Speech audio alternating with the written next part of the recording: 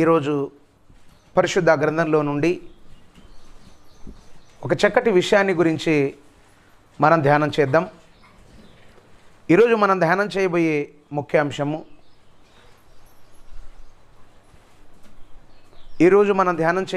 అంశము ప్రార్థనకున్న పవర్ ఎంత? ప్రార్థనకున్న పవర్ ఎంత?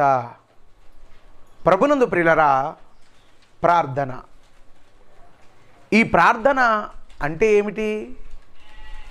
ప్రార్థన అంటే ఒక మనిషి తన బాధను, తన కష్టాన్ని, తన వేదనను, తన సమస్తాన్ని దేవుడికి తెలియజెప్పేదానినే ప్రార్థన అని అంటారు. ప్రార్థన అంటే ఏంటంటే మన విన్నపాలను దేవుడికి తెలియజెప్పటమే ప్రార్థన. ఈ ప్రార్థన అంటే చాలామందికి పెద్ద భయము, భక్తి అన్నది ఏది కూడా ఉండదు. పిల్లరా, పాట పాడేంతవరకు కూర్చుంటాడు. పాట పాడినంత వరకు కూర్చున్న వ్యక్తి ప్రార్థన అనగానే ఏం చేస్తాడు? వెంటనే కళ్ళు మూసుకోగానే లేచిపోతుంటారు. చాలామంది ఏం చేస్తారు? లేచి బయటికి వెళ్ళి అలా లేచి తిరిగి లోపలికి వస్తారు. మళ్ళీ ప్రార్థన అంటే ఏమైపోయింది వీళ్ళకి? మనం బయటికి వెళ్ళి రిలీఫ్ తీసుకునేటువంటి ఒక సమయము అని అనుకుంటున్నారు. అయితే ప్రియులారా, ఈ యొక్క సమయంలో మనం ఆలోచన చేస్తే ప్రార్థన అనే దానిని మానవుడు నిర్లక్ష్యం చేస్తున్నాడు. మానవుడు దాన్ని పెద్దగా దానికి ప్రాధాన్యత ఇవ్వలేకపోతున్నాడు. కానీ ప్రార్థనకు మనం ఏమనుకుంటామంటే ప్రార్థన అంటే ఏం లేదు దాన్ని చేస్తే ఎంత, చేయకపోతే ఎంతలే అని అనుకుంటున్నాం. ప్రార్థన చేస్తే ఏంటి, చేయకపోతే ఏంటి అనే ఆలోచన నేటి క్రైస్తవ సమాజం కలిగి ఉంది. కానీ మనం ఆలోచన చేస్తే ప్రియులారా, ప్రార్థనకి ఎంతో శక్తి ఉంది, ప్రార్థనకి ఎంతో పవర్ ఉంది. ఆ ప్రార్థనకున్న పవర్ ప్రార్థనకు వచ్చేవారికి తెలియదు. ఆ ప్రార్థనకున్న పవర్ ప్రార్థనలో ఉన్నవారికి, ప్రార్థనలో లేచిపోయే వారికి తెలియదు. అందుకే ప్రియులారా, ప్రార్థనలో లేచిపోయే వారికి ఆ పవర్ తెలియదు. కాబట్టి మనమందరం కూడా ఆలోచించాలి.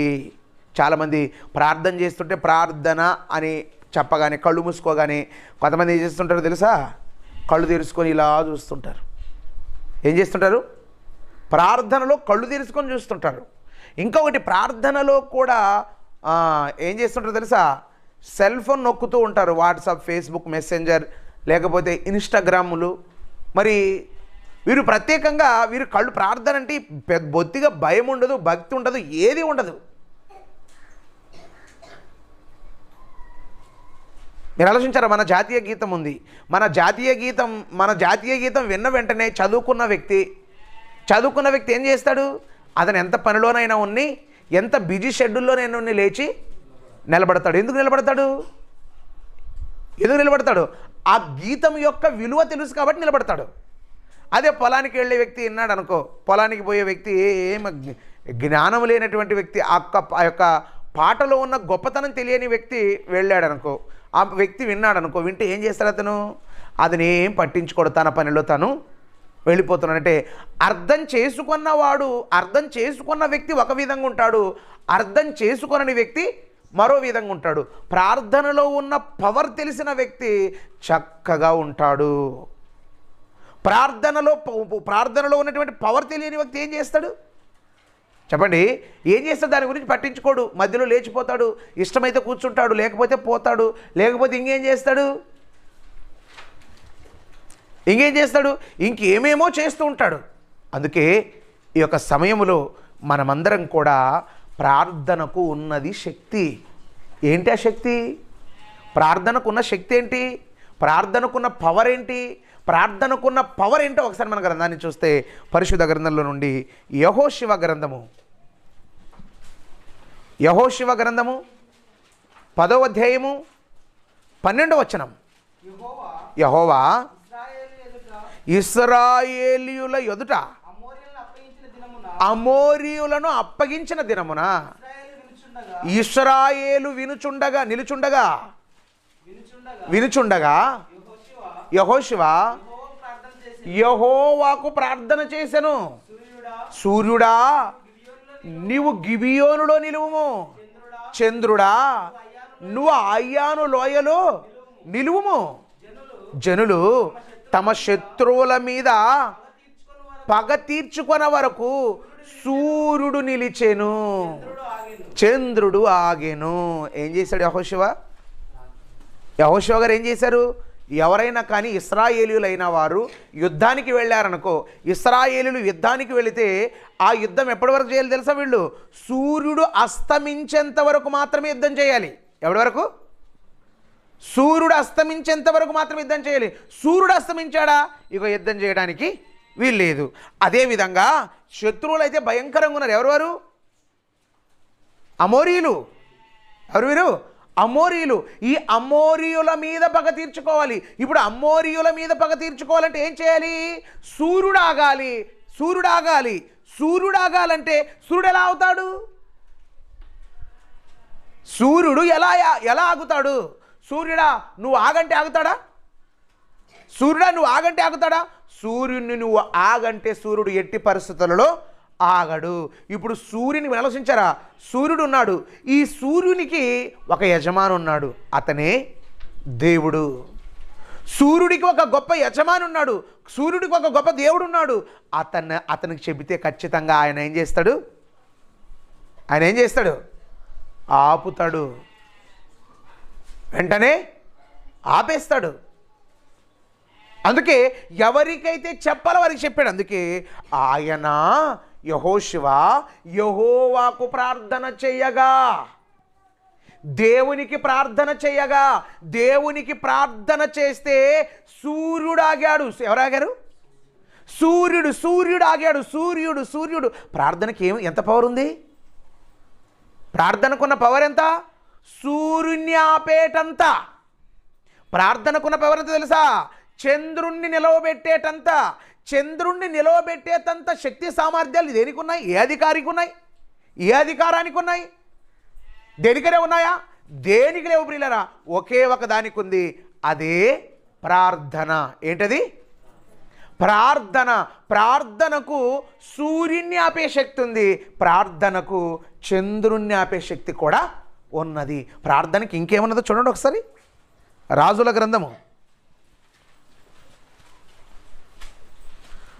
మొదటి గ్రంథము 18వ అధ్యాయము 42-43 వచనాలు.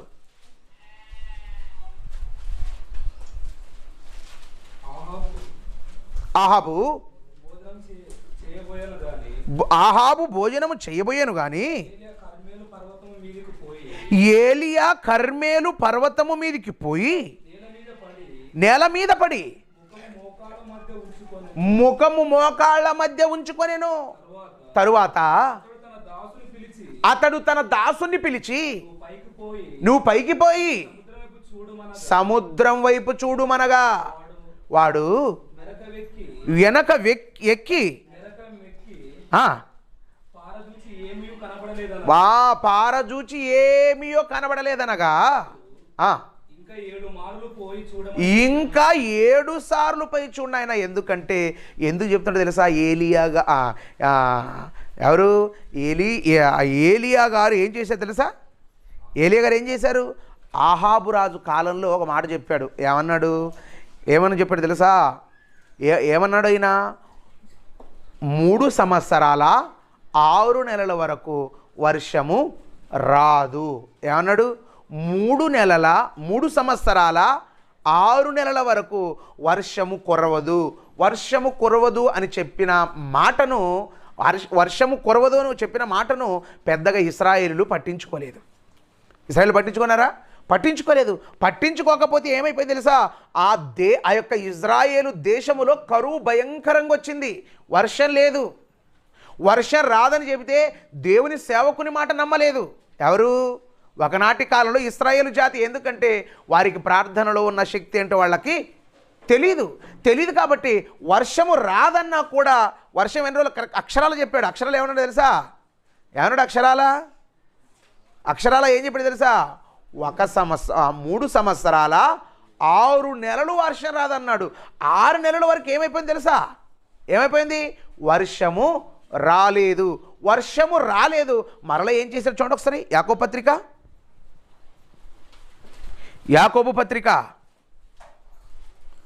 5వ అధ్యాయం 18వ వచనం. అతడు మరలా ప్రార్థన చేయగా ఆకాశం వర్షమిచ్చెను. ఏం చేశాడు తెలుసా? ఆయన మరలా ప్రార్థన చేశాడు. ఎవరు? 17వ వచనం చదవండి ఒకసారి. ఏలియా మన వంటి స్వభావము గలవాడే, మనుషుడే, వర్షము పడకుండునట్లు ఏం చేశాడంటే తెలుసా? దేవుడా వర్షం రాకూడదు, వర్షం పడకూడదు, వర్షమే రాకూడదు, వర్షమే పడకూడదు అని చెప్పి అతడు ఏ శక్తి? ఆసక్తితో ప్రార్థన చేయగా 3 సంవత్సరాలు పాత నిబంధనలు ఏమంటే తెలుసా? 3 సంవత్సరాల 6 నెలలను ఉంటుంది. కానీ క్రొత్త నిబంధనకు వచ్చేసరికి ఏం చెప్తుండే తెలుసా? 3.5 సంవత్సరాలు. 3.5 సంవత్సరాలు అంటే 3 సంవత్సరాల 6 నెలలు. 3.5 సంవత్సరాల వరకు భూమి వర్షింపలేదు. 3.5 సంవత్సరాల వరకు భూమి మీద ఏం పడలేదు తెలుసా? వర్షము పడలేదు, వర్షం కురవలేదు. వర్షం కురవకపోవడానికి కారణం ఏంటి? 3.5 సంవత్సరాలు వర్షం రాలేదు కదండి. వర్షం ఎందుకు రాలేదు? వాన ఎందుకు రాలేదు? వర్షం రాకపోవడానికి కారణం ఏంటి తెలుసా? వర్షం ఎందుకు రాలేదంటే ఏలియా ఏం చేశాడు? ప్రార్థన చేశాడు. ఎవరికి? దేవునికి. ఏమని ప్రార్థన చేశాడు? దేవా 3.5 సంవత్సరాల వరకు వర్షము భూమి మీద పడకూడదు, 3.5 సంవత్సరాల వరకు ఈ భూమి మీద వర్షం కురవకూడదు దేవా అని ప్రార్థించాడు. యెహోషువ క్షమించండి, ఎవరు? ఏలియా గారు. ఎవరు ఏలియా గారు? ఎలాంటి వారు? మన వంటి స్వభావం గలవాడే. ఎవరిలాంటి వాడు? మనలాంటి వాడే. నీలా నాలా భూమి మీద బ్రతికాడు, నీలా నాలా నీళ్లు తాగాడు, భోజనం చేశాడు. ఏం చేశాడు? భోజనం చేశాడు. మనందరిలా, ఎవరిలా? మనందరిలా ఉన్నాడు, మనందరిలా కుటుంబం కలిగి ఉన్నాడు. అయితే అలాంటి వ్యక్తి ప్రార్థన చేశాడు. ఆ ప్రార్థనకి ఏముంది తెలుసా? వర్షాన్ని ఆపే శక్తి, ఆ వర్షాన్ని ఆపే పవర్ ఉంది. వర్షాన్ని ఆపే పవర్ ఉంది. దేనికి? ప్రార్థనకు. ప్రార్థనకి ఇంకేముంది తెలుసా? వర్షాన్ని, ఆగిపోయిన వర్షాన్ని రప్పించే పవర్ కూడా ఉన్నది. ప్రార్థనకి ఏముంది? ప్రార్థనకి ఏముంది? సూర్యచంద్రులను ఆపే పవర్ ఉంది. ప్రార్థనకి ఏముందో తెలుసా? వర్షాన్ని నిలవబెట్టే పవర్ ఉంది. ప్రార్థనకి ఏముంది తెలుసా?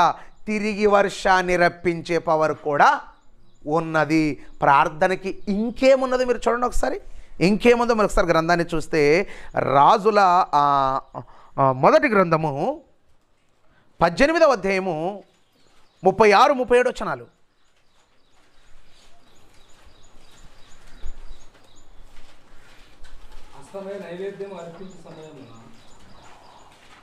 అస్తమయ నైవేద్యమును అర్పించు సమయమున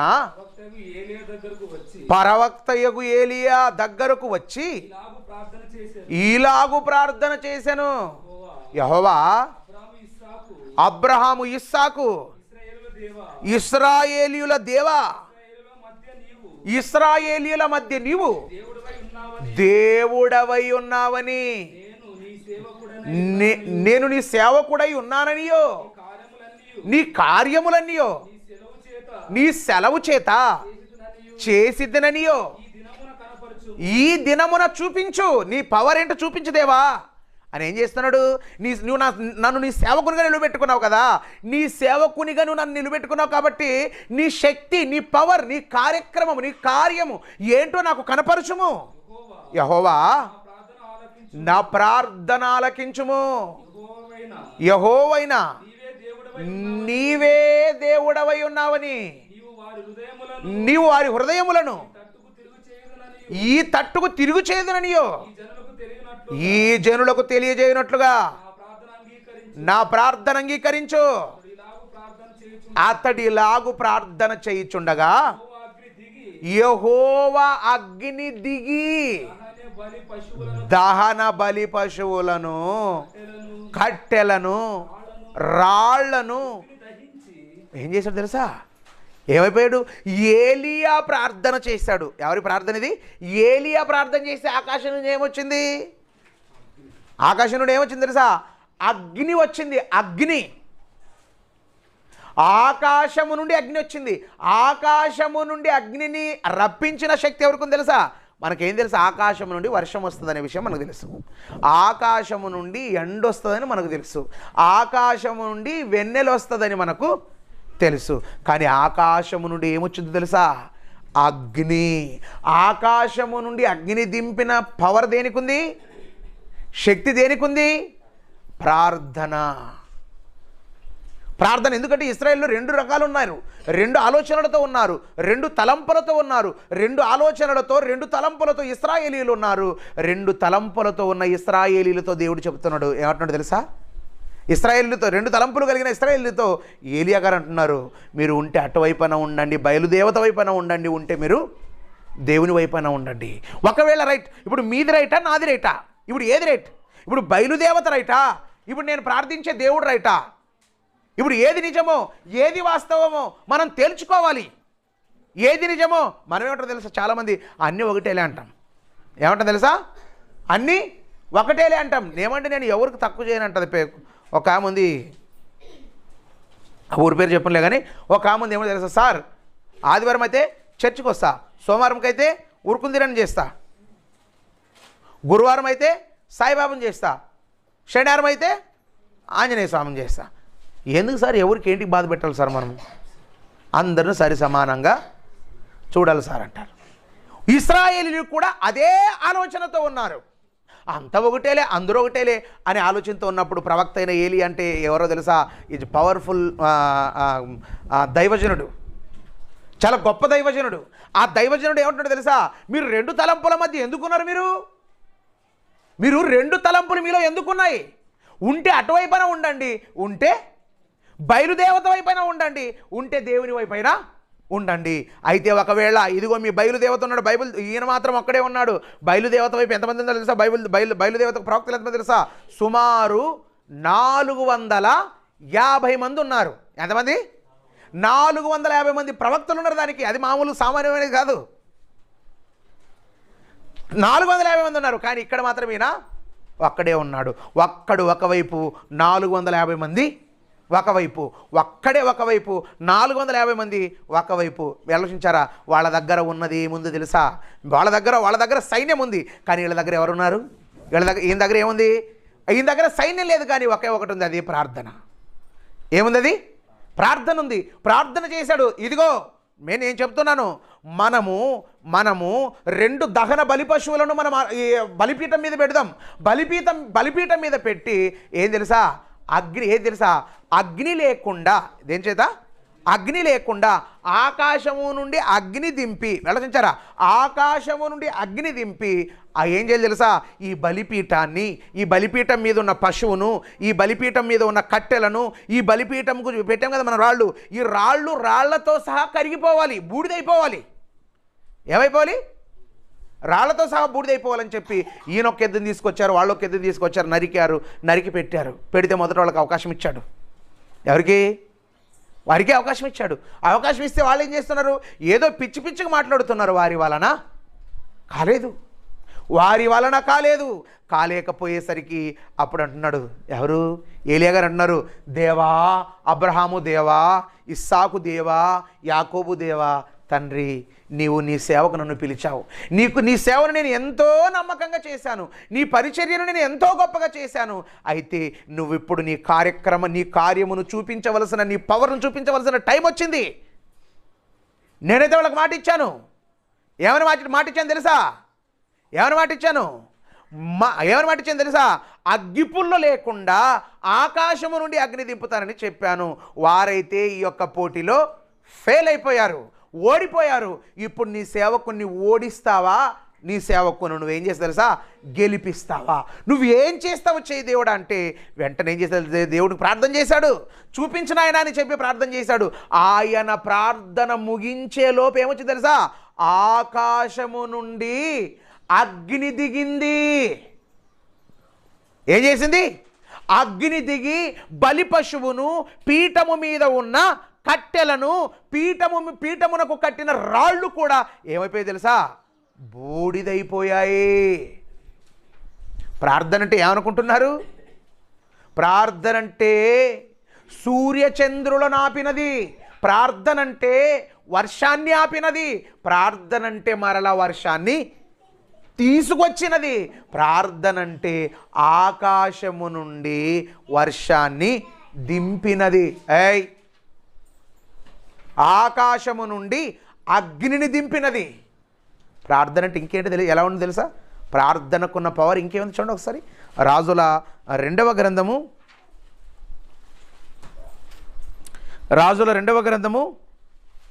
6వ అధ్యాయం 18-20.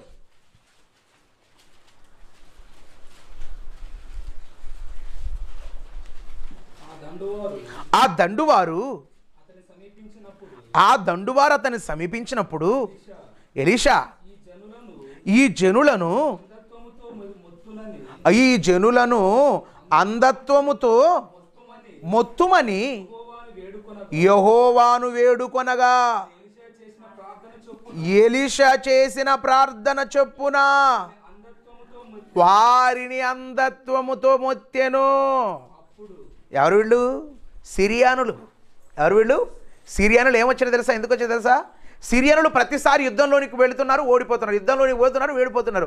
ఇంతకీ యుద్ధంలోనే మనకు అపజయం రావడానికి కారణం ఎవరు అంటే వెంటనే చెప్పారు, ఒరేయ్ మన ఇశ్రాయేలుకు ఒక ప్రవక్త ఉన్నాడు రా, అతని పేరే ఎలీషా. వాడు ఉండేది చిన్న గుడిసెలో ఉంటాడు.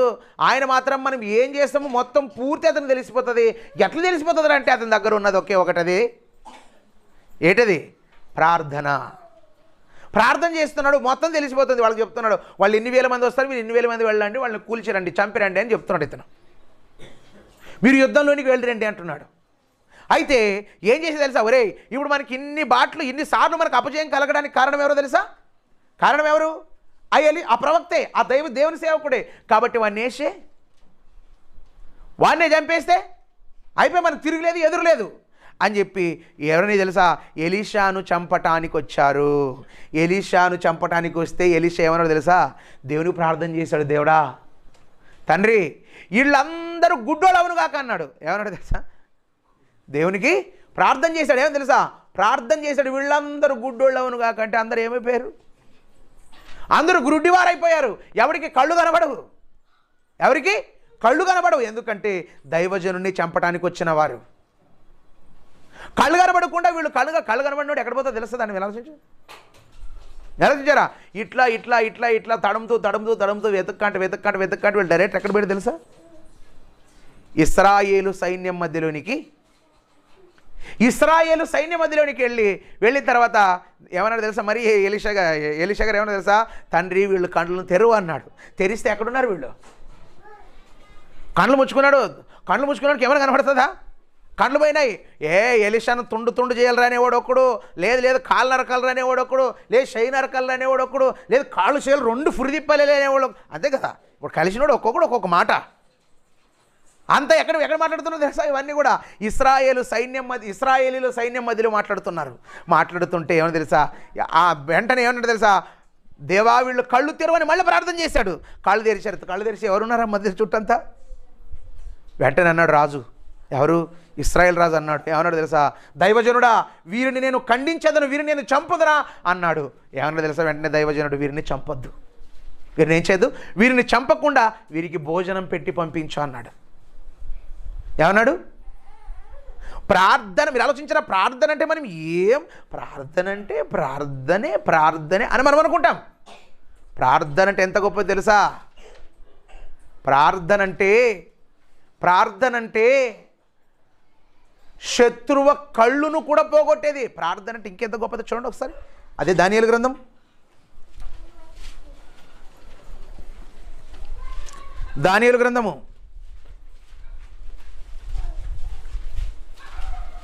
6వ అధ్యాయం 19, 20, 21, 22.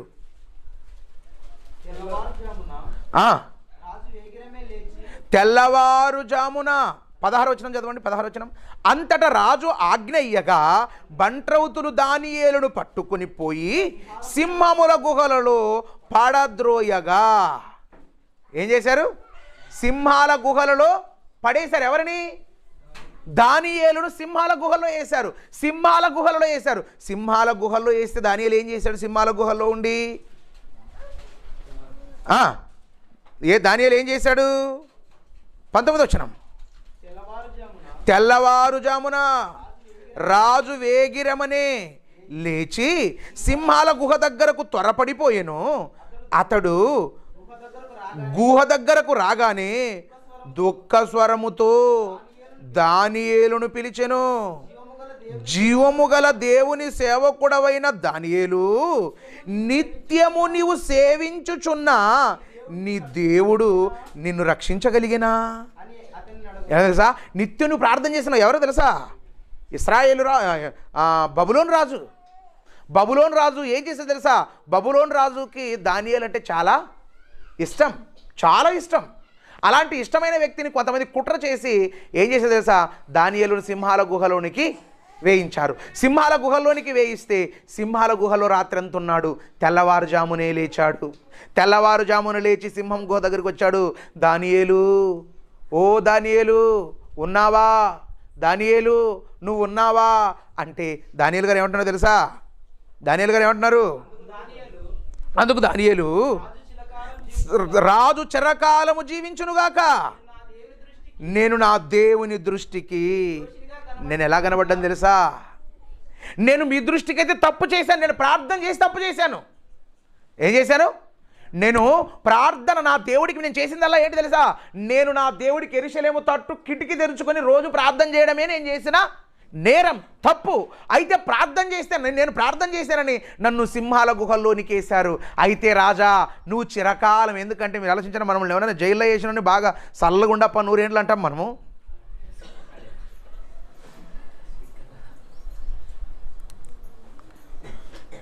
వాడు పాడైఫోను, వాడు నిసంతరం అయిపోని, వాడు ఖాళీరుగా, వాడు పామూరగా, మంచి వాళ్ళు చేస్తారు, ఈ కొడుకు జాయుడు, ఇవేనా మాట్లాడలేము మనం.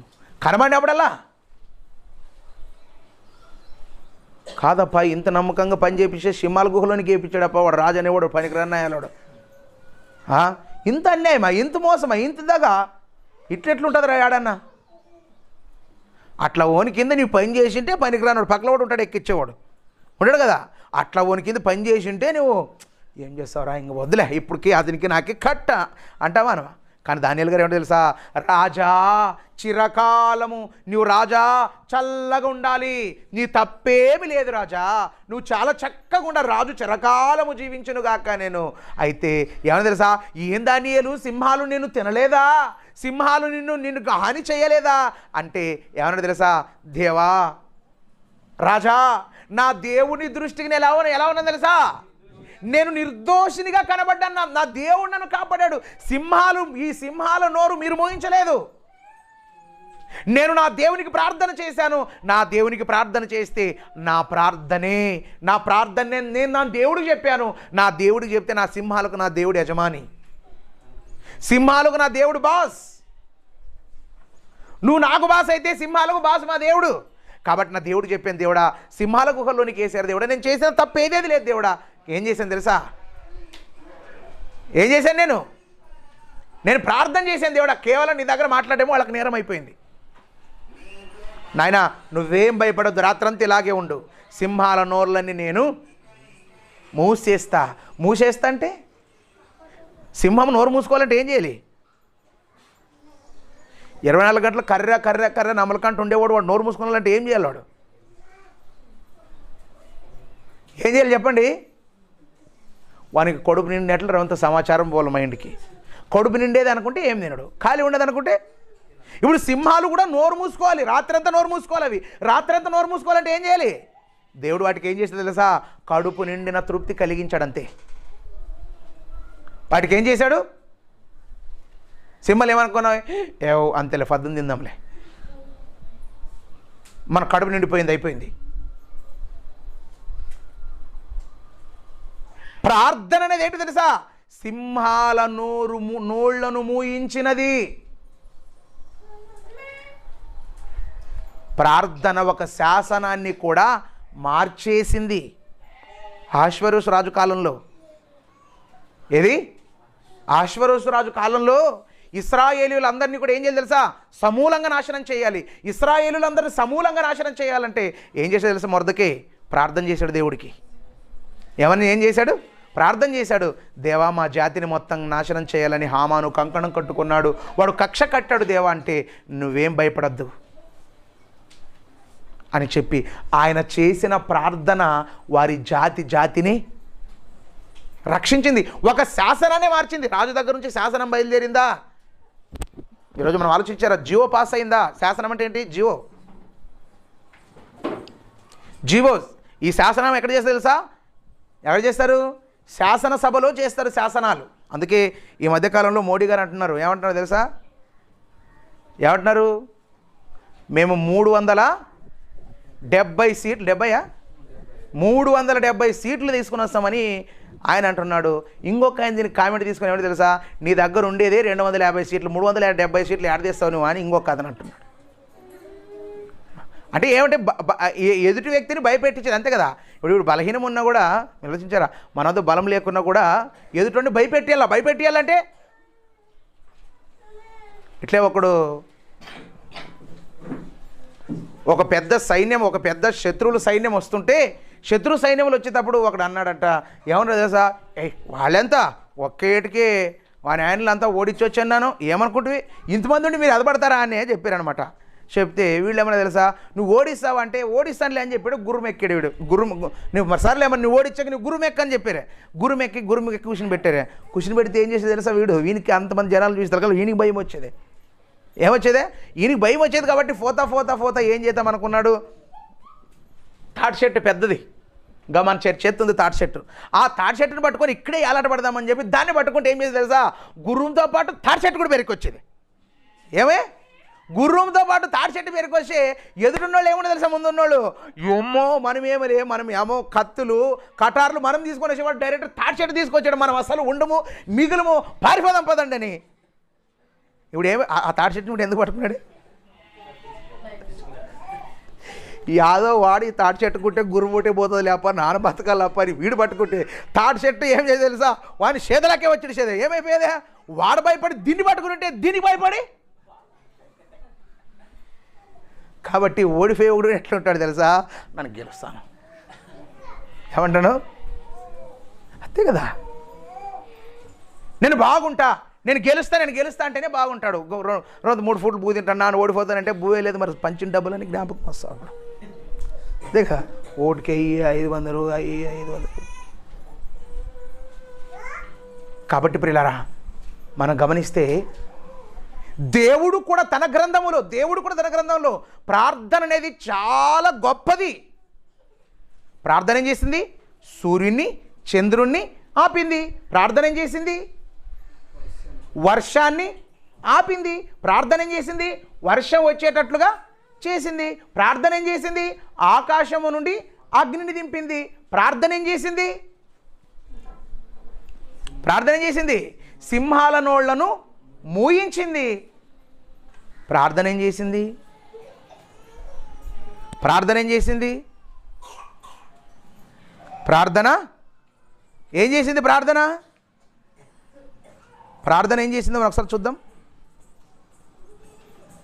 మనం ఒకసారి చూద్దాం.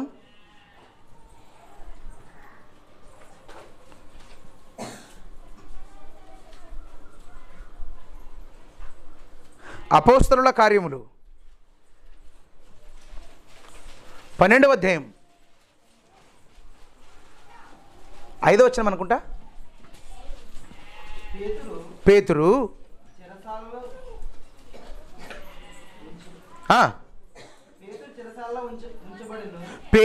చెరసాలలో ఉంచబడెను.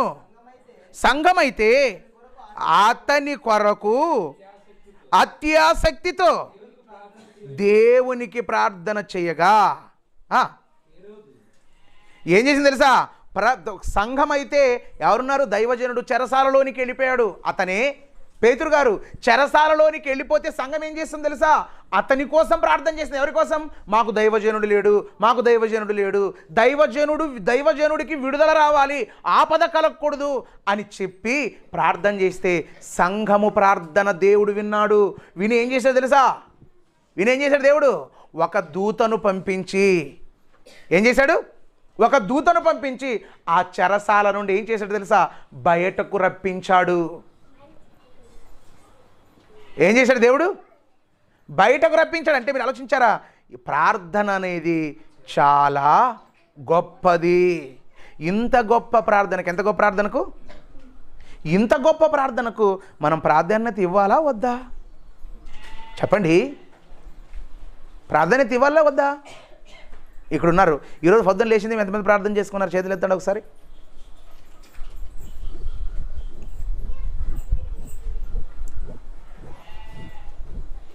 నిన్న,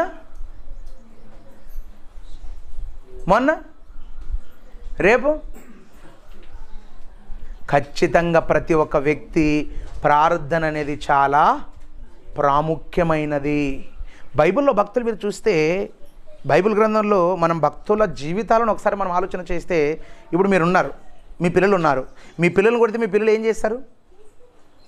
మీ పిల్లల్ని నన్ను కొట్టాను అనుకో, ఏం చేస్తారమ్మా? బుజ్జమ్మ ఏం చేస్తారు? బుజ్జమ్మ పోయి ఏం చేస్తారు? కంప్లైంట్ చేస్తారు, అంతే కదా?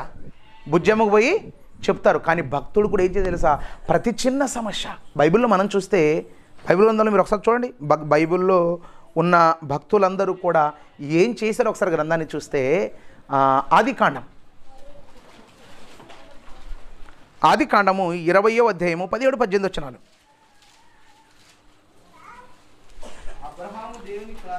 అబ్రహాము దేవునికి ప్రార్థింపగా దేవుడు అబీమెలెకును అతని భార్యను అతని దాసీలను బాగు చేసెను. వారు పిల్లలను కనిరి. ఏమైపోయారు? దేవుడు అబీమెలెకు రాజు యొక్క రాజులో ఉన్నటువంటి రాజు కుటుంబంలో ఉన్న అందరి గర్భాలను మూసేశాడు. ఎందుకు మూసాడు? ఒకే తప్పు చేశాడు. ఎవరు తెలుసా? అబీమెలెకు రాజు చేసిన తప్పేంటి తెలుసా? శారమ్మ విషయంలో చెడ్డ దురాలోచన చేశాడు. అంతే, ఆలోచన చేశాడు. ఏం చేశాడు? ఆలోచన చేశాడు. ఆలోచన చేసిన వెంటనే దేవుడు గర్భాన్ని మూసాడు. ఇప్పుడు గర్భాన్ని మూసాడు. ఇప్పుడు మూసిన గర్భం తెరవబడాలి. ఎవరు? గొడ్రాళ్ళు అందరూ, ఎవరికి పిల్లలే లేరు. పిల్లలు లేకపోతే, ఎందుకంటే అబ్రహాం గారు ఎవరు తెలుసా? ప్రవక్త. ప్రవక్త అయిన అబ్రహాము గారు మరలా దేవునికి ప్రార్థన చేశాడు. దేవా తండ్రి, అబీమెలెకు తెలియక తప్పు చేశాడు. అబీమెలెకు ఏం చేశాడు? తెలియక తప్పు చేశాడు, అతన్ని క్షమించు. అబీమెలెకు విషయంలో ప్రార్థన చేయగా వారి కుటుంబంలో ఉన్నటువంటి గర్భాలన్నిటిని కూడా దేవుడు ఏం చేశాడు? తెరిచాడు. గర్భాలన్నీ కూడా తెరిచాడు. ఎందుకు? గర్భాన్ని మూశాడు. గర్భాన్ని మూసాడంటే కారణం, అబ్రహాం గారు ఏమంటారు తెలుసా? తండ్రి, అబ్రహాం గారు ఏమని మొరపెట్టుంటారు? తండ్రి, నా భార్య విషయంలో వీడు అమర్యాదగా ప్రవర్తిస్తున్నాడు తండ్రి, వీడికి ఏమన్నా ఒక చూపి నాయనా అని ప్రార్థన చేశాడు. ప్రార్థన చేశాడు కాబట్టి మూశాడు. మరలా ఇతనే మూయించాడు కాబట్టి మరి ఎవరు తెరియాలా? చెప్పండి. ఎవరైతే మూయించారో వాళ్ళే చెప్తేనే దేవుడు తెరుస్తాడు. ఆయనే చెప్పాడు. ఒక్క ప్రార్థన వాళ్ళ ఇంట్లో వాళ్ళ రాజు దగ్గర ఉన్నటువంటి పని వాళ్ళు అందరూ కూడా గొడ్రాన్లు అయిపోయారు. మరి ఈ వ్యక్తే చెబితే ఆ గర్భాలన్నీ కూడా దేవుడు ఏం చేశాడు? తెరిచాడు. ఇంకా చూడండి, అదే ఆదికాండం 25వ అధ్యాయం 22 వచనం.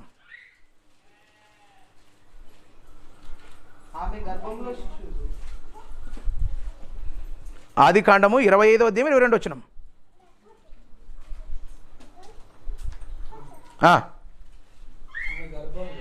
ఆమె గర్భములో శిశువు ఒకనితో ఒకడు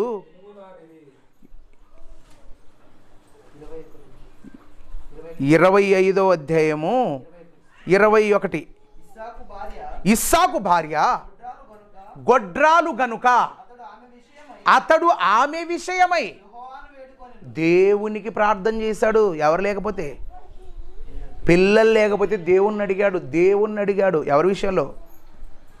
రిబుకాకు పిల్లలు లేరు, ఇస్సాకు భార్యకు పిల్లలు లేరు. పిల్లలు లేకపోతే ఎవరిని అడిగాడు? దేవుణ్ణి అడిగాడు. మీరు ఆలోచించారా? పిల్లలు లేకపోయినా దేవుణ్ణి అడుగుతారు. ఇంకోటి అంత మాత్రమే కాదు, ఏమైనా కష్టం రాని, బైబిల్లో భక్తులకు మీరు ఆలోచించారా? ఏమైనా కష్టాన్ని, కష్టం వచ్చినప్పుడు ఏం చేసి చూడండి ఒకసారి. నిర్గమకాండం 2వ అధ్యాయం 23 వచనం. నిర్గమకాండము 2వ అధ్యాయం 23 వచనం.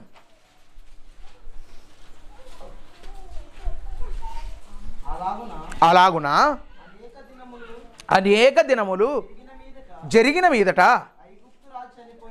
ఐగుప్తు రాజు చనిపోయెను. ఇశ్రాయేలీలు తాము చేయుచున్న వెట్టి పనులను బట్టి నిట్టూర్పులు విడుచుచు మొరపెట్టుచుండగా, తమ వెట్టి పనులను బట్టి వారు పెట్టిన మొరలు దేవుని యొద్దకు చేరాయి. దేవుడు ఏం చేసి తెలుసా? ఇశ్రాయేలు ప్రజలు ఎంతకాలం ఉన్నారు ఐగుప్తు బానిసత్వంలో? సుమారు 450 సంవత్సరాలు. ఈ 450 సంవత్సరాలు బానిసత్వంలో ఉన్నటువంటి వీరు బాధలను తట్టుకోలేక ఎవరు చెప్తారు? ఎవరు లేడు చెప్పుకోవడానికి వీళ్ళ బాధ వినేవాడు ఎవడు లేడు. వీళ్ళ బాధలు వినేవాళ్ళు ఎవరైనా ఉన్నారా? వీళ్ళ బాధలు వినేవాళ్ళు ఎవరు లేరు. అందుకే ఒక గాయకుడు దాసనారాయణ గారు అన్నారు, ఏమన్నాడు తెలుసా? మా బాధలు మా గాథలు దేవుళ్లకు చెప్పుదామంటే దేవుళ్లలో ఒకడైన దళితుడే లేకపాయే. చౌదరి గారు, నాయుడు గారు, రెడ్డి గారు, రాజు ఎవరు ఉండాలంటే దేవుళ్ళో మాదిగోని అర్థం చేసుకుని మాదికి దేవుడు ఉండాలా. దళితులను అర్థం చేసుకోవడానికి దేవుళ్లలో ఒకడైనా దళితుడే లేడు. అందరూ కూడా ఎవరున్నారు? ఆర్యులు. అందరూ కూడా ఎవరున్నారు? అందరూ కూడా గొప్ప గొప్ప వాళ్ళు ఉన్నారు అని చెప్తున్నాడు. ఇప్పుడు దేవుడు మీరు ఆలోచించారా? బానిసత్వములో ఉన్నారు వీరు. బానిసత్వంలో ఉన్నటువంటి వీరు మొరపెట్టారు దేవునికి. మొరపెడితే దేవుడు వీరి మొరలు విన్నాడు. వీరి మొరలు విని ఒక నాయకుడిని పుట్టించాడు. నాయకుడిని పుట్టించి ఐగుప్తు బానిసత్వం నుండి ఏం చేశాడు? విడిపించాడు. మీరు గమనించారా? బైబిల్లో భక్తులకు బాధలు వచ్చినా ఎవరికి మొరపెడతారు? ఎవరు చెప్తారు? దేవుడికే. సంతోషం వచ్చినా దేవుడికే. పిల్లలు లేకపోయినా దేవుడికే. అంతెందుకు దప్పికేసినా కూడా దేవునికే చెప్పారు. ఎవరికి? ఏమేసినా? దప్పికేసినా దప్పికి కూడా దేవునికి చెప్పాలా? దప్పికి చూడండి ఒకసారి. న్యాయాధిపతుల గ్రంథం, న్యాయాధిపతులు 15వ అధ్యాయం 18వ వచనం.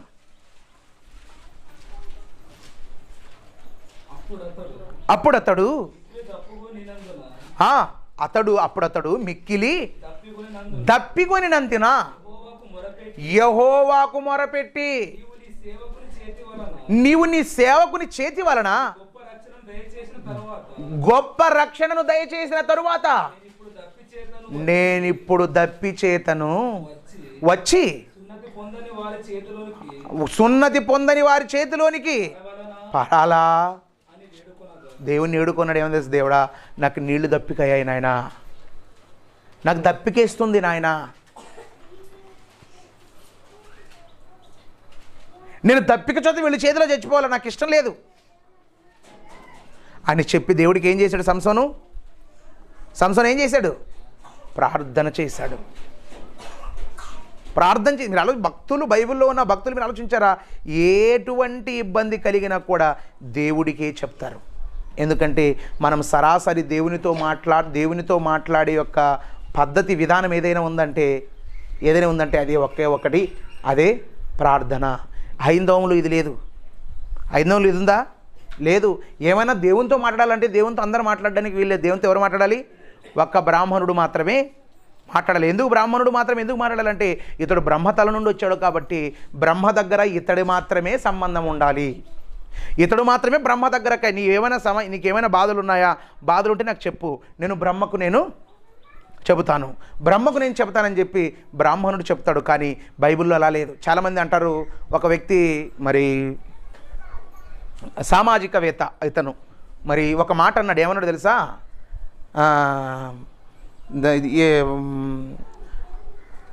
ఒక పాట పాడుతూ ఆయన అన్నాడు. ఏమన్నాడు తెలుసా?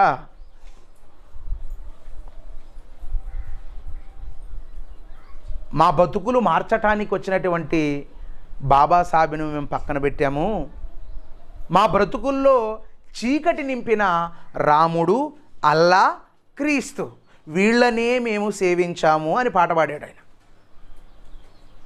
ఏది ఎప్పుడైనా మీరు గమనించారా? ఎప్పుడైనా మీరు ఆలోచిస్తే ఆ హైందవ్యంలో ఎవరు ప్రార్థన చేయాలి దేవుడికి?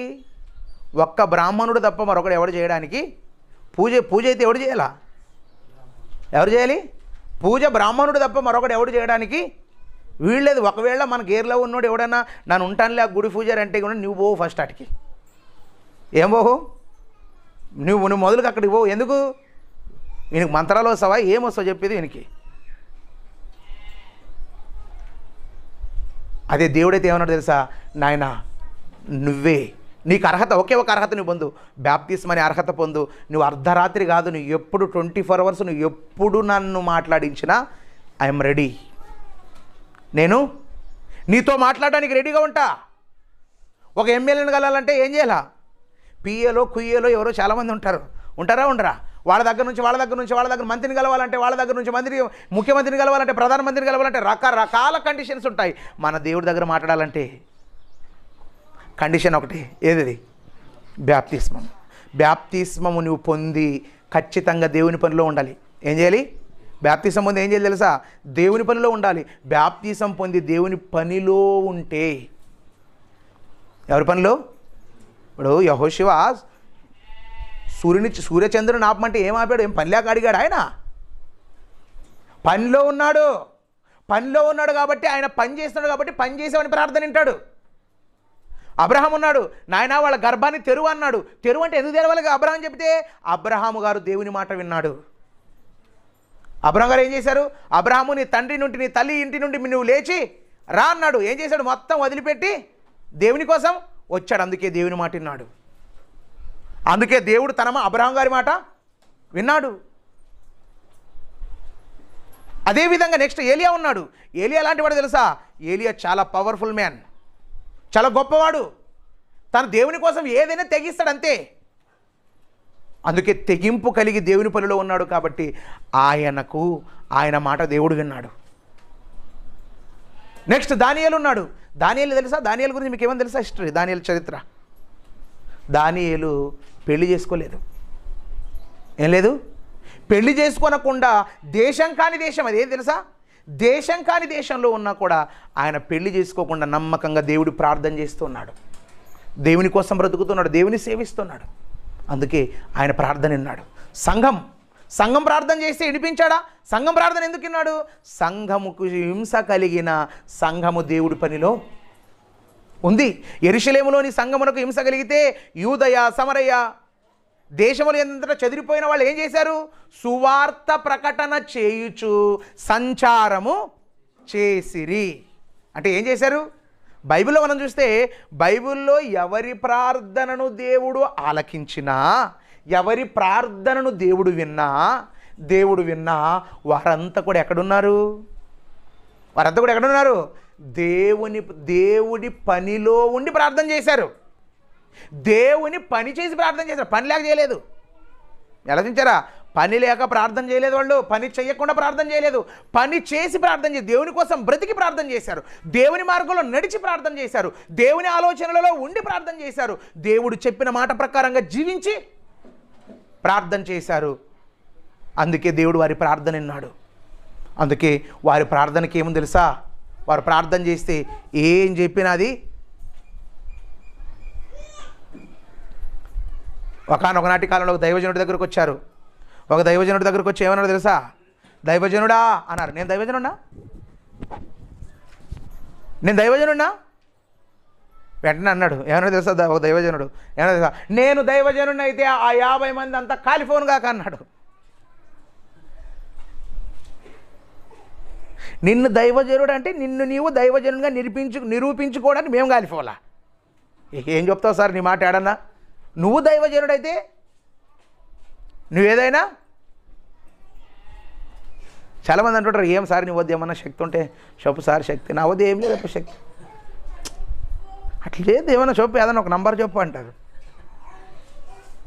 ఏమిది అంటే ఇప్పుడు నేను చెప్పిన నంబర్ వచ్చేదానిక నాకు శక్తి ఉన్నట్ల.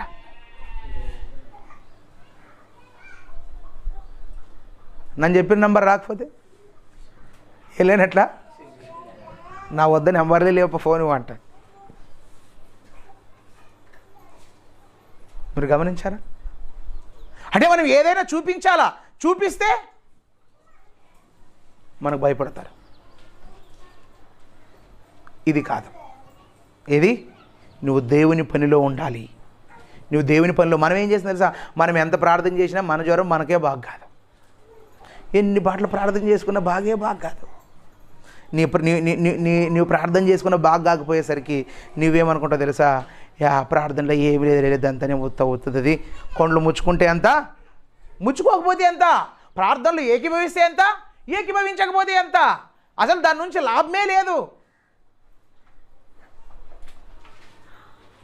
ఏం లేదు కాదు. నువ్వు దేవునికి ప్రయోజనకరంగా నువ్వు బ్రతకపోతే నీ ప్రార్థనలు ఒక్కదానికి కూడా జవాబు రాదు. ఏమి? బైబిల్లో అదే గ్రంథంలోనే దావీదు ఉన్నాడు. దావీదు మరణకాలమున దావీదు బిడ్డ చావు బతుకుల్లో ఉంటే ఏం చేశాడు? దావీదు గారు ప్రార్థన చేశాడు. ఏం చేశాడు? ప్రార్థన చేశాడు. ప్రార్థన చేసి ఆ ప్రార్థన విన్నాడు దేవుడు. దేవుడు అంగీకరించాడా? ప్రార్థన అయితే చేశాడు, కానీ దేవుడు అంగీకరించలేదు. ఎందుకంటే అక్రమ సంతానం అది. దేవునికి నచ్చని ప్రార్థన దేవుడు వినడు. దేవుడికి నచ్చిన ప్రార్థన ఉండాలి. దేవుడికి నచ్చిన ప్రార్థన అంటే దేవునికి నీ ప్రార్థన ఎప్పుడు నచ్చుతుంది? నువ్వు దేవుని పని చేసినప్పుడే, నువ్వు తన పని చేసినప్పుడే నువ్వు నచ్చుతావు, నీ ప్రార్థన కూడా నచ్చుతుంది. మీరు ఆలోచించారా? మీ ఇంట్లో కొడుకులు ఉంటారు. మీ కొడుకులు మీ మాట వినుకోకుండా ఎట్టి తిరుగుతున్నాడు అనుకో, వాళ్ళ మాట వింటారా? మీ చిన్ని మాట పెద్ద మాట అన్ని మాటలు, మీ మాటలన్నీ విని మీరు చెప్పిన ప్రకారంగా నడిచే వాళ్ళ మాట వింటారా? ఎవరు మాట వింటారు చెప్పండి? మీరు చెప్పినట్లు ఎవరైతే ఇన్కంటుంటారో వాళ్ళ మాట ఖచ్చితంగా వెంటనే వింటారు. చెప్పులు లేవంటే చెప్పులు, బట్టలు లేవంటే బట్టలు, ఇంకేటికి సినిమాకి పోతానంటే సినిమాకి డబ్బులు ఇస్తారా? అన్నీ ఇస్తారు. అన్నీ ఇచ్చి అన్నీ పంపిస్తారు. ఎందుకు? నీ మాట వింటున్నాడు. దేవుని మాట వింటే నీకు సర్వం నీవన్నీ చూసుకుంటాడు దేవుడు. నువ్వు దేవుని మాట వినుకుంటే దేవుడు ఎందుకు చూసుకుంటాడు? నేను చెప్పు. దేవుడు చూసుకుంటాడా? దేవుడు నీ మనవి వినడు, నీ ప్రార్థన వినడు. కాబట్టి బైబిల్లో భక్తులకు ప్రార్థనలో ఉన్న పవర్ అర్థమైంది. కాబట్టి ప్రార్థనను పట్టు వదలక, ఎలాగా పట్టు విడవక ప్రార్థనలో ముందుకు సాగారు. పట్టు విడవక ప్రార్థనలో ముందుకు వెళ్ళిపోయారు. ఈరోజు మనకు ఆ ప్రార్థనలో ఉన్నటువంటి ఆ యొక్క పవర్ మనకు తెలియజేయటం లేదు. కాబట్టి మనం ప్రార్థనకు వెళితే ఎంత, వెళ్ళకపోతే ఎంత, చేస్తే ఎంత, చెయ్యకపోతే ఎంత అనేటువంటి భావనలో మీరందరూ కూడా ఉన్నారు, చాలామంది ఉన్నారు. కాబట్టి ప్రార్థన చాలా గొప్పది. దానికి ప్రాధాన్యత ఇవ్వాలి. దేవునితో మనం మాట్లాడే ఏకైక మార్గం అది. నువ్వు మోకాళ్ళు ఉంచావంటే ఆలోచించారా? మీరు మోకాళ్ళు ఉంచారంటే ఎవరితో మాట్లాడడానికి? దేవునితో మాట్లాడడానికి. ఇంతకు దేవునితో మీరు మాట్లాడుతున్నారు, మీతో దేవుడు మాట్లాడుతున్నాడా? మీరు దేవునితో మాట్లాడతారు కదా, నేను ప్రార్థన చేస్తాను, పద్దం చేస్తాను, మధ్యాహ్నం చేస్తాను, రాత్రి చేస్తాను, 3 ఫూట్లు చేస్తాను, 6 ఫూట్లు చేస్తాను, 8 ఫూట్లు చేస్తాను అంటారు కదా ప్రార్థన. ఇంతకు మీ ప్రార్థన దేవుడు వింటున్నాడా? దేవుడు మీ ప్రార్థన వినడానికి రెడీగా ఉన్నాడా? మీ ప్రార్థన అనాలంటే మీరు ఏం చేయాలి తెలుసా? దేవుని మాటకు కట్టుబడి జీవించాలి. దేవుని మాటకు విలువనిచ్చి జీవించాలి. జీవిస్తేనే వారు కట్టుబడి జీవించారు. యేసుప్రభు ఏం చేశాడు తెలుసా? 5 రొట్టెలు 2 చేపలు చేతులు పట్టుకొని ఏం చేశాడు? ప్రార్థన చేశాడు. ప్రార్థన చేసి ఎన్ని వచ్చాయో తెలుసా? రొట్టెలే రొట్టెలు. ఆ 2 చేపలు. ఎన్ని చేపలు? చేపలు అందరికి పంచి 15 గంపలు. ఏమిది రిజల్ట్? వెంటనే ఎందుకు? ఆయన తండ్రి చిత్తమును నెరవేర్చడానికి వచ్చిన కుమారుడు. కనుక ప్రియులారా, మీరందరూ కూడా ఈ విషయాలు మనసులో ఉంచుకోండి. ప్రార్థనకు మీరు దూరం అవ్వకండి. మీరు ప్రార్థన చేయండి. ప్రతి ఒక్క వ్యక్తికి మీరు ఆలోచించారా? ప్రతి ఒక్క వ్యక్తికి తన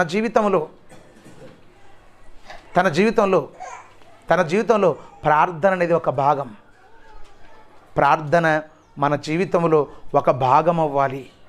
ప్రార్థనను తప్పకుండా చేయాలి. ప్రార్థనకు మనం విలువ ఇవ్వాలి. ప్రార్థన మధ్యలో ఎవరు లేచిపోయిన వాళ్ళని ఏం చేయాలి తెలుసా?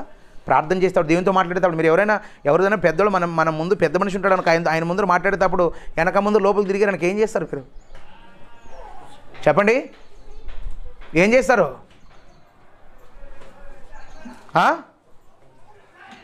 కొడతారా కొట్టరా? ఖచ్చితంగా. ఇప్పుడు దేవుడు మనుషులందరికంటే గొప్పోడు, పెద్దోడు, ముల్లోకాల చక్రవర్తి. ఆయనతో మాట్లాడేటప్పుడు ఎవరు కళ్ళు తెరుచుకొని అటు ఇటు అనకంటున్నారనుకో, దేవుడు మాత్రం ఖచ్చితంగా బాధపడతాడు మీ విషయంలో. బాధపడకుండా ఉండాలంటే మీరు ఖచ్చితంగా ఆయనకు నచ్చినట్టుగా మనం బ్రతుకుదాం, ఆయనకు నచ్చినట్టుగా జీవిద్దాం, మనం ప్రార్థన చేద్దాం. మన ప్రార్థన దేవుడు ఖచ్చితంగా వింటాడనే విషయాన్ని మీరందరూ గుర్తిరిగి దేవుని కోసం బ్రతకాలని మీకు అందరికీ తెలియజేస్తూ దేవుడి మాటలు మన వినికిడిలో